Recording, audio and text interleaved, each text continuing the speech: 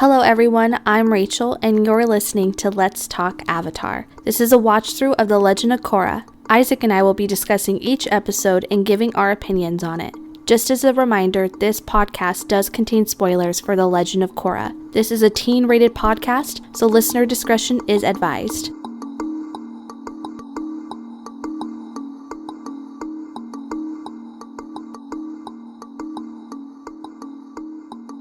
Hello everyone and welcome back to Let's Talk Avatar. I'm Rachel. And I'm Isaac.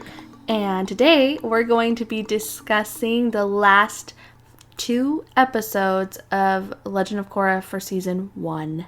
Let's get it. Yes, let's get it. But first we have to announce another giveaway. Woo! We've partnered with All Things Nerd on Instagram. They put out these actually they put out a lot of different items, but we got our hands on their Avatar water bottles, which are very, very good quality and look so good. We have 3 of them this time, so we're going to be picking 3 winners, which I'm super excited about because I hate not being able to give, I guess, to more people. So I'm excited that we get to do this. It will be on our Instagram starting today. Then it will go live for a week. So from Friday to Friday. All information to enter is on our Instagram at Let's Talk Avatar. I think that's all I have to say.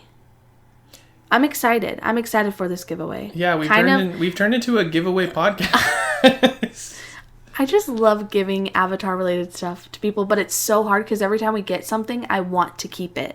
You know, I look at it and I'm like, I'm just going to keep this for myself.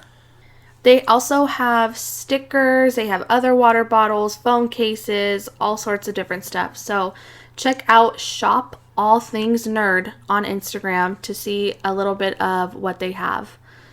Anyway, Let's hop into it. Let's talk Avatar.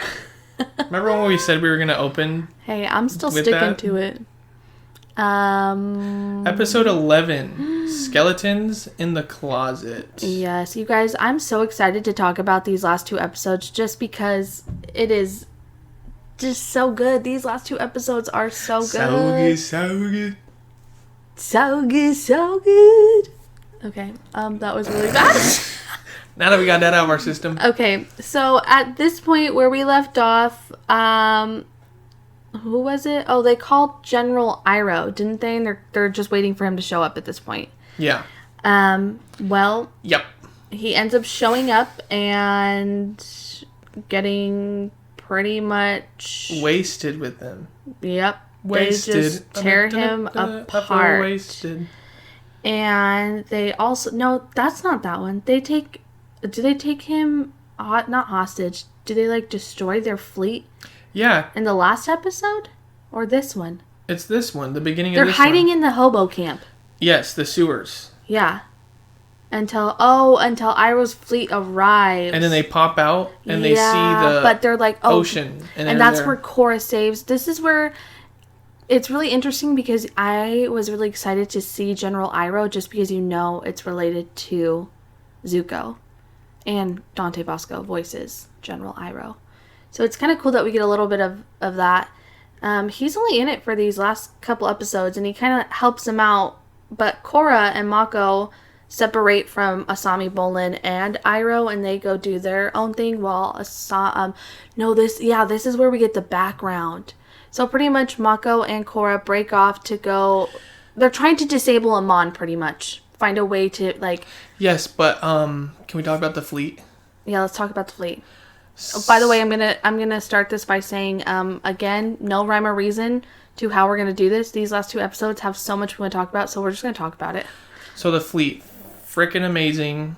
I love that the Fire Nation is keeping it going with the ships, because in Avatar: The Last Airbender they weren't really used for good, but now they are. But when Iroh gets there with his ships, all of a sudden there's this new invention, the plane. Oh my gosh. Oh, and they're like, okay, we were not expecting that. How does he have time to make all this? And I'm like, true. the animation of the planes like flying actually, I feel like makes a lot of sense. Like it looks good. It looks believable. Mm-hmm. And then Korra dodging the like torpedoes and missiles. Yeah. In the water. Yeah. Can I just point out something? How? Yeah, she just, you're already going to.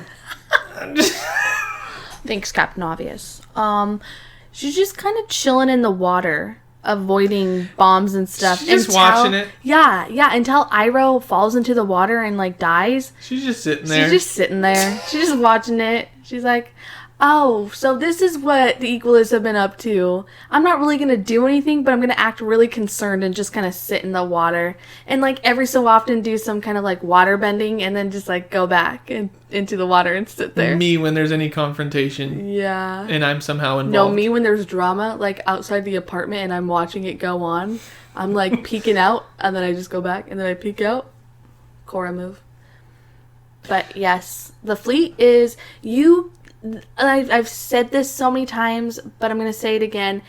The impending doom in these last episodes is so intense because you're like, yes, the fleet's here. We finally got someone to save us. And then they get annihilated. Destroyed. So you're just sitting there like, okay, well, there goes all the hope I had for them. And then they have to Where go is into Baby hiding. Hope? Where's Baby Hope? How that old would she baby be? is probably a older adult by now. Do you Like think she's 40s, 50s? She or he, whatever. Yeah, what was Baby Hope was a girl, right? I have no idea. It doesn't matter. Either way, like, where are they? Where are they? We need Baby Hope. Where right are now. you? And I'm so sorry. We're gonna become just like a cover podcast. We just cover different songs. Yes. So, can we also talk about the backstory? This is where we get the backstory of Tarlok and Amon. Tarlok. Which is, here's the thing, to me, the first time I heard it, I'm like, my mind's blown. If you guys have seen this episode, then obviously you find out Tarlok and Amon are brothers, and Yakone is their father, who was previously prosecuted by Aang, Toph, and Sokka and all of them, and he's a bloodbender. He teaches By these boys. Daddy Aang. By Daddy Yang? Daddy Aang. Yang Gang. Anyway, so, yeah, you get the backstory on this, at least for these characters, and... Oh, I was gonna say, when you watch this for the first time, you're like, oh, this is actually really interesting. And then you watch it over and over and over again because you watch the series so many times, and then you're just like, okay, I've heard this so No, I many like times. the backstory. I like it too. I love it. I In fact, I'm just kidding. I'd argue that is one of the most I made greatest... a whole political essay about how it changed the course Please read of it. the entire Please read Avatar it. universe. We'd love to hear it.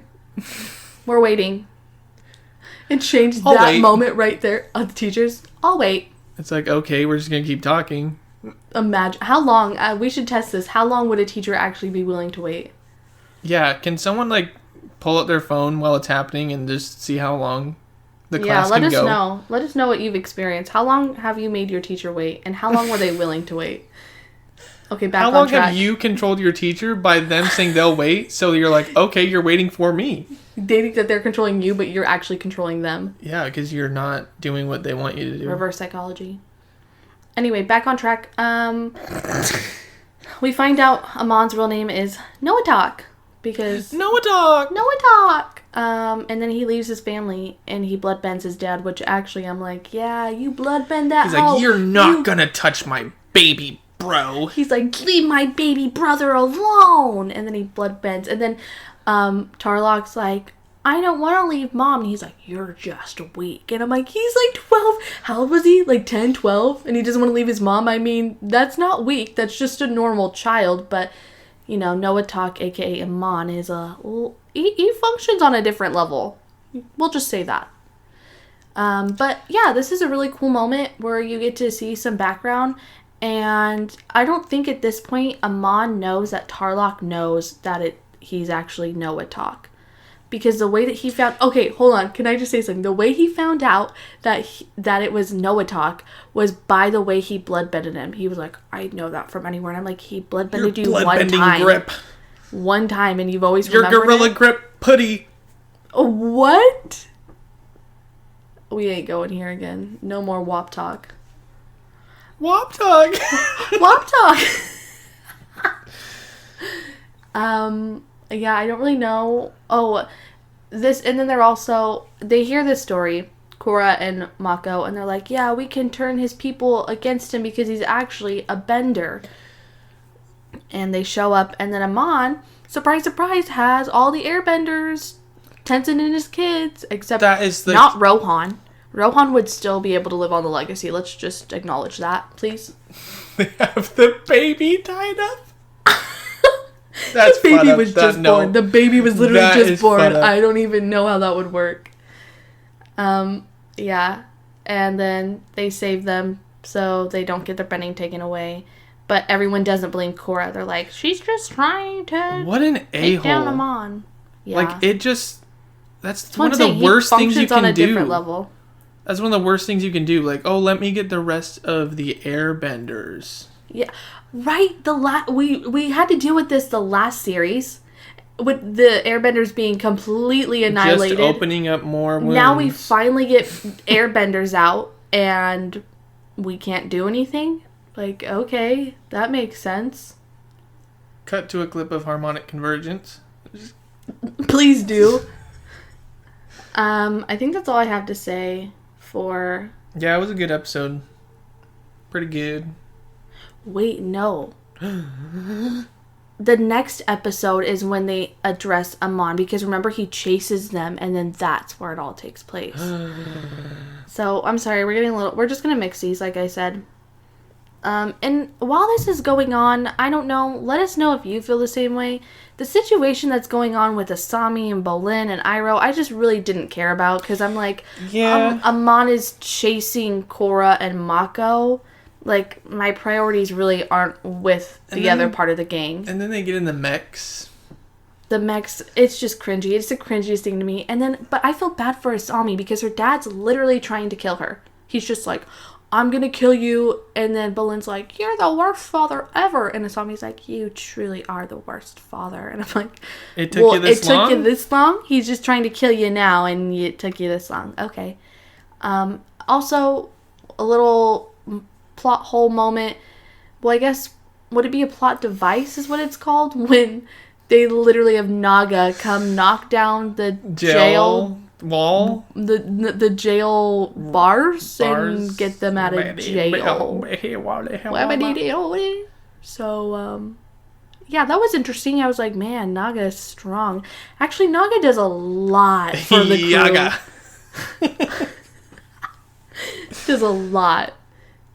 I think that's all I have to say about that part of the crew, because I really, at this point, I'm just like, okay, y'all doing your own thing, that's cool, but let's focus on what's going on with Korra.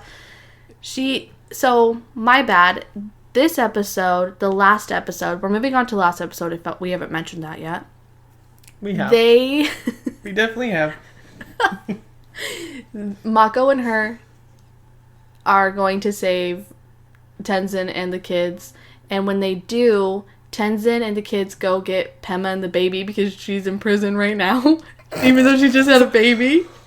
When you're not even a couple days old and you're already in prison. Dang, Rohan making history. Anyway, Mako and Korra run away, and Amon chases after them. And I'm telling you, when Amon chases after you, that's scary. That is scary. That's some serial killer alleyway chase. Literally. Do you want to explain this last part? Oh, so Amon chases them into the room. I love how this all takes place in the Pro Bending Stadium. Like, kind of an homage to, like, let's end this where it started. Yeah, definitely. And where they built their relationships. I just felt that was kind of cool. Mm-hmm. But, so Amon chases them into multiple rooms. In one room, Korra, like, goes under the table because Amon's chasing them. She's trying to hide from him. So creepy. And Amon walks in and kind of walks past the table And she thinks she's getting away with it. She's like, Yeah. I'm so good. And I'm like, so girl, so. I'm going to make clips of just you doing that. And sure enough, she thinks she's in the clear, and all of a sudden he blood bends her out from underneath the table. Blood bending has to be one of the creepiest bending styles. Because it's so powerful. Yeah, it is. You have full control over the person you're blood bending. And when you've mastered it to the point of Amon being able to take their bending, which... Yeah, I need answers. Yeah, that's something... We're just going to skip ahead real quick. We never find out how bloodbending, how you can be so good at bloodbending that you're able to take away someone's bending. They never only the acknowledge Avatar it. can do that. Yeah, exactly. Thus far. Yeah, with spirit bending. And they never acknowledge it. It is so crazy to me, and it's just, it would be interesting if they did some kind of further backstory on it and how you can do that. Is it like a temporary thing?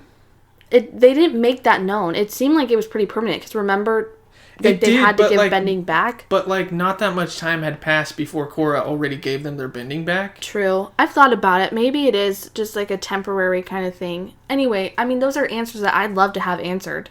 Answers? Those are questions I'd love to have answered. Those are answers I would love to get more answers for. Yes. So, and then Mako's there too. And then I can't remember the series of... I can't remember the sequence of this fight, but a lot happens. Amon's right-hand man walks in and sees right. that he's actually bloodbending, so he turns against him. And Mako, within this time, has gotten beaten up as well, but he hasn't gotten his bending taken away. Korra did get her bending taken away, so she is nothing. Like, she's the Avatar, but she can't bend anything. And Mako... like, strikes Amon down with lightning, like, strong lightning, to the point where he renders him useless for a second. And then he picks up Korra, and they're running out, and then Amon again comes chasing after them. Creepy. And Which is like, how did you even survive from that lightning strike? And then second, how are you, like, running after them? Yeah. They're in this hallway, and then he hits Mako. Korra falls. And then he's about to take Mako's bending away, and Korra air bends. And she does this air bending punch. That moment, it gives me goosebumps right now. So the animation is in this whole, like, this small hallway. And it shows Korra punching the air, giving everything she got. Because at that point, she had it unlocked air bending. Yeah. So even though he had taken away all of her other bending, she hadn't unlocked that for it to be taken away yet. So your mind's blown. You're like, oh my gosh. But you can tell she is able to understand and learn airbending in that moment, because that was like her literal last call. And airbending is very spiritual, and I felt like a spiritual side of her had already been unlocked previously, but then when she saw Mako, like literally the person she loves the most at this point, being hurt, it was like it was all unlocked. Yeah, like she's going to try anything to get... And then she starts bending more at him, and then he goes to bloodbender, and she's like, nope, and then fights it. And I'm thinking once again, I'm like, we need so answers? Why didn't you just do that before? Like, you can fight it now with only having air bending, but like you couldn't fight it before. And then keep in mind, she was not in the Avatar state. Yeah. And previously, the way that they had Amon had made Pico Pico de Gallo. People believe that he was just a regular person, is he has this fake scar on his face, pretending like he was burnt by, he's pulling a Zuko, pretending he was burnt by a firebender, but she pushes the air again, punches the air, he goes flying out into the water, the scar washes off, and then he comes out of the water bending, and all of his supporters see him, or a good group of them, and then they obviously are like, Korra was right. Fuck that guy. Yeah. They're like, yeah, he's worth nothing. Blah, blah. And so he takes off. I wanted to mention that animation in the hallway when she does learn airbending and she punches. You just see the shock in her eyes, and then the camera follows the air punch all the way to Amon, and it's just a quick through the hall, and you can feel the power just from that simple camera shift. Yeah. Like, amazing storyboarding right there. It is. It truly is. It leaves off right there, and then he goes to find Tarlok, and he takes him out of jail, and he's like, we can be together now, like, let's leave Republic City, let's go live our own life and restart. And he's like, okay. And they go onto a boat, which if you watch on Netflix, it will say it's rated like 13 PG or PG-13, however they have it, for self-harm. And it's for this moment right here, because they do a murder-suicide. Tarlok literally takes one of the Equalist gloves, sticks it in the gas tank of the boat while Noatok, aka Amon, is driving, and blows them all up. Again, and storyboarding in this scene. They're in the boat. You think they're getting away. They're like, oh. You're upset because Amon's getting away, but you're also like, these brothers get to be together again. Yeah, so you're not completely upset, but you're also like, oh, man. So, the boat. They're on the boat, and you think they're going to live like this happy life, like they got away, cool, I guess, for them. And then Tarlok's talking about how it will be like old times. But as he's doing that, the camera is on the point of view of his eye.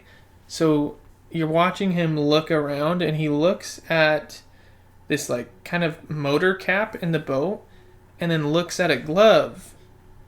And then he puts the glove on, and then sticks the glove in the motor cap thing, and it just blows up. Yeah. So they really, not only did they do a murder-suicide, but they also made you feel it be right before, because you're watching him go through in his head what he's going to do. The emotions in this last episode for me is intense. Just the last 5 minutes of the show, because, yeah, there's a lot that happens, Yeah, so the ending, I'm a big baby. I cry every time I see it. She a big baby. I've seen this scene multiple times. I've looked it up on YouTube just to watch this scene multiple times. So, as you guys know, Korra's bending has been taken away. She's only an airbender. When we are at the end of the final episode, episode 12, they are at, is it the Northern Water Tribe? Is that where she's from? Or it's Northern, right? Or is it Southern? It doesn't matter. I think it's Northern, but I don't really know. Correct me if I'm wrong. And she has everyone there. Korra's there. They're thinking maybe Korra can heal her and bring back her bending, but it's not working. So she takes off with Naga, and she's just pissed. Mako's chased after her and is pretty much like, I love you, I want to be with you. And she's like, why? I'm worthless now. I'm not even the Avatar. I can't do anything. And then she takes off. And Isaac had noted something that he had saw someone else say about how she goes to the edge of this cliff and she's crying. You actually see her teardrops fall to the end, like into the water. And you get a feel for just how far down it is. Yeah, and it's kind of a moment where you think like, wow, is she going to do something? Is she going to attempt? Yeah, is she going to take her own life? Like, is she really that low? And obviously she is. Like, she's at the lowest point. And then in the background, you see an airbending costume. Like, just the bottom of it. And you think that it's Tenzin, obviously. And she thinks it's Tenzin. And she goes, Tenzin, like, I don't want to talk about it right now. I don't want you here. And then the camera pans up, and it's Aang. And he goes, but you called me here. And every time I get goosebumps and I just want to cry because I'm like, oh, I've missed you so much, Aang. And it's just so cool to see him interact with Korra. And he tells her it's at our lowest point that we're open to the greatest change. And I remember when I first heard that, it still sits with me because it's just one of those sayings that you realize when you are at your lowest point, you are open to the greatest change. Like, so many things can happen for you at that point. And it's just so reassuring too. Like, yeah. For me, it kind of helps. It's kind of cringy to think about how Korra has helped me in this way, but it has. Like, I just think about like, okay, well, it can't really get any worse than where I'm at right now, like based on what's already happened type thing. Yeah. And that when you do feel that low, you can only go up from there. Yeah. And then, all you can do is try. Yeah. And then he gives her bending back. And then you see all of the avatars light up. And she goes in the avatar state for the first time. And then, yeah, you see Korra go into the avatar state. And it's just, I mean, they could not have ended that episode any better. It is one of my absolute favorite scenes in all of the Avatar universe, series, comics, anything. Like, it is by far one of the most well done scenes, in my opinion. And then Mako's there. And then she runs to Mako after he watches her enter the Avatar state. And then she runs up to him and she's like, I love you too. And they kiss. But you're also like, okay, so you only love Mako now because you're the Avatar again. But where's Asami? Yeah, where's Asami? Asami's just still chilling while her boyfriend, because they never actually broke up, did they? Is still macking on the Avatar. She's got a lot to deal with. Yeah, I don't know.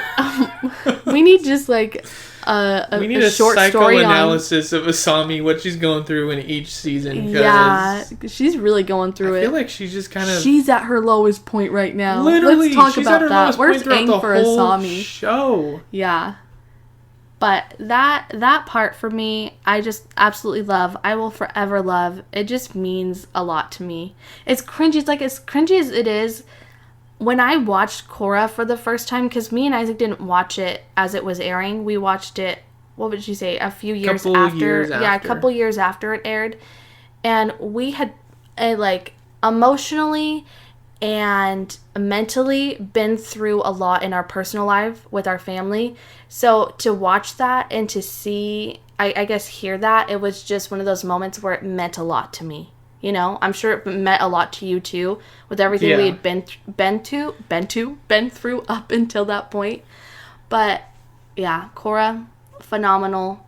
I loved season 1. We just watched it at a time that we needed it, and we didn't even know it. Yeah, definitely. And we'll be on to season 2 after this. I am not a season 2 hater. I know a lot of people hate season 2. Let's not get carried away. I'm actually a fan of season 2, I don't know about so you, I'm looking forward it's to it. been a minute since I've seen season 2. It has. In my opinion, we have forgotten a lot. Yeah, we have. And maybe we're just fantasizing that it's better than what it actually is. I just love the background. Okay. Who is your favorite character? Let's end season 1. Who's your favorite character right now? Who you feeling? Who you wanting to touch all over? I'm just kidding. Honestly, probably Babu. Ooh, I love Pabu. No. I love Pabu. It's a hard one. I really... It's sad that we Korra can't... gives Lin Beifong her bending back. And all of her soldiers, right? I'm assuming... You don't ever see that, but everyone can bend in the next season, so I'm assuming she does. But you do see Beifong get her bending back, so you're put to rest at that. You're like, oh, thank goodness, she has her bending back. Lin is a solid choice for me always. Also, okay, I got ahead of myself. Korra, when she gives Beifong her bending back, and she's the Avatar, like you see, she's truly Avatar right now. She's moving into like a more mature Avatar. Tenzin's like in awe watching her spirit bend. And Katara's face just has a big smile on it and makes me happy because I feel like in that moment she gets to see Aang in a way again. And so it just made my heart so happy. Okay, I'm done. Season 1 wrapped up. That's all I have to say. So my favorite character, probably... I really don't have one. I don't want to say... Why? Korra. Is it Korra? I think it might be Korra. Honestly, I was thinking it was Korra too.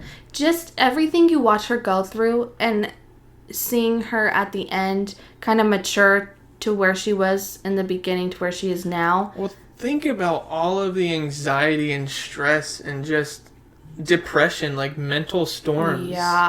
Yeah, she does. That alone that she has to go through on That's the daily. one thing. A lot of people, at least in the community that I see, there's always a huge argument on whether Korra really goes through anything tough or if she's really that strong of a character. And she is. She goes through some stuff. She's a toughie. She makes it through a lot. So, I mean, season 1 really is nothing compared to the next seasons. But when it comes to, like, her literal mental state and her strength dealing in these situations. But I would say Korra. Yeah, I don't think there's... I mean, I don't have issues with anyone else, but Korra right now is who stands out to me. Bolin used to be my favorite character. Yeah. And now I'm like... he's such a shallow character. There's not really anything to him. Other than he's an earthbender and he's funny. I think I clinged to Bolin in the beginning because I was such a Sokka fan. And he is the Sokka of the group. You know, he is the comedic relief. But not as smart. But no, not as smart. Not nearly as smart. Because Sokka was the funny guy, but he also was the brains and the operation of a lot of the things they did. Do you have anything else you'd like to say wrapping up season 1? I felt like it was, regardless of its flaws, I felt like it was a complete packaged season. Yes, agreed. And I enjoyed it each time I watch it. Me too. I always enjoy it, especially pro bending. Can we just acknowledge that again? Pro bending. Pro Love bending, it. amazing. Love it. 10 out of 10.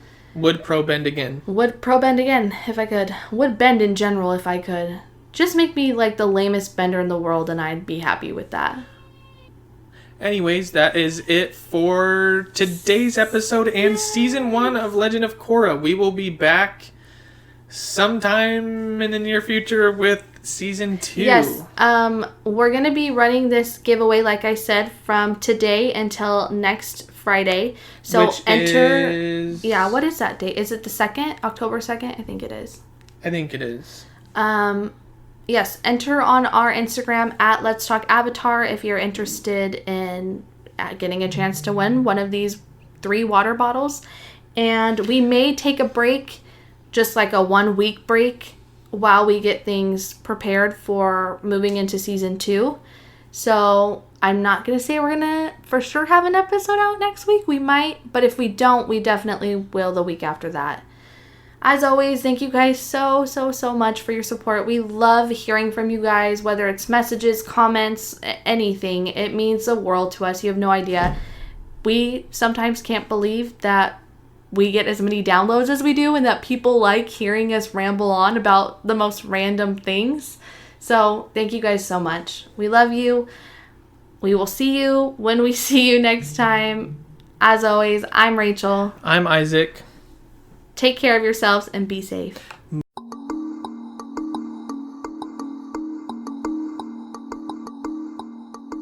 Thank you so much for listening to today's episode. You can find us on our website at nonessentialmedia.com, on Twitter at Let's Avatar, and on Instagram at Let's Talk Avatar. Join us next week for another episode. And as always, thank you so much for all your support.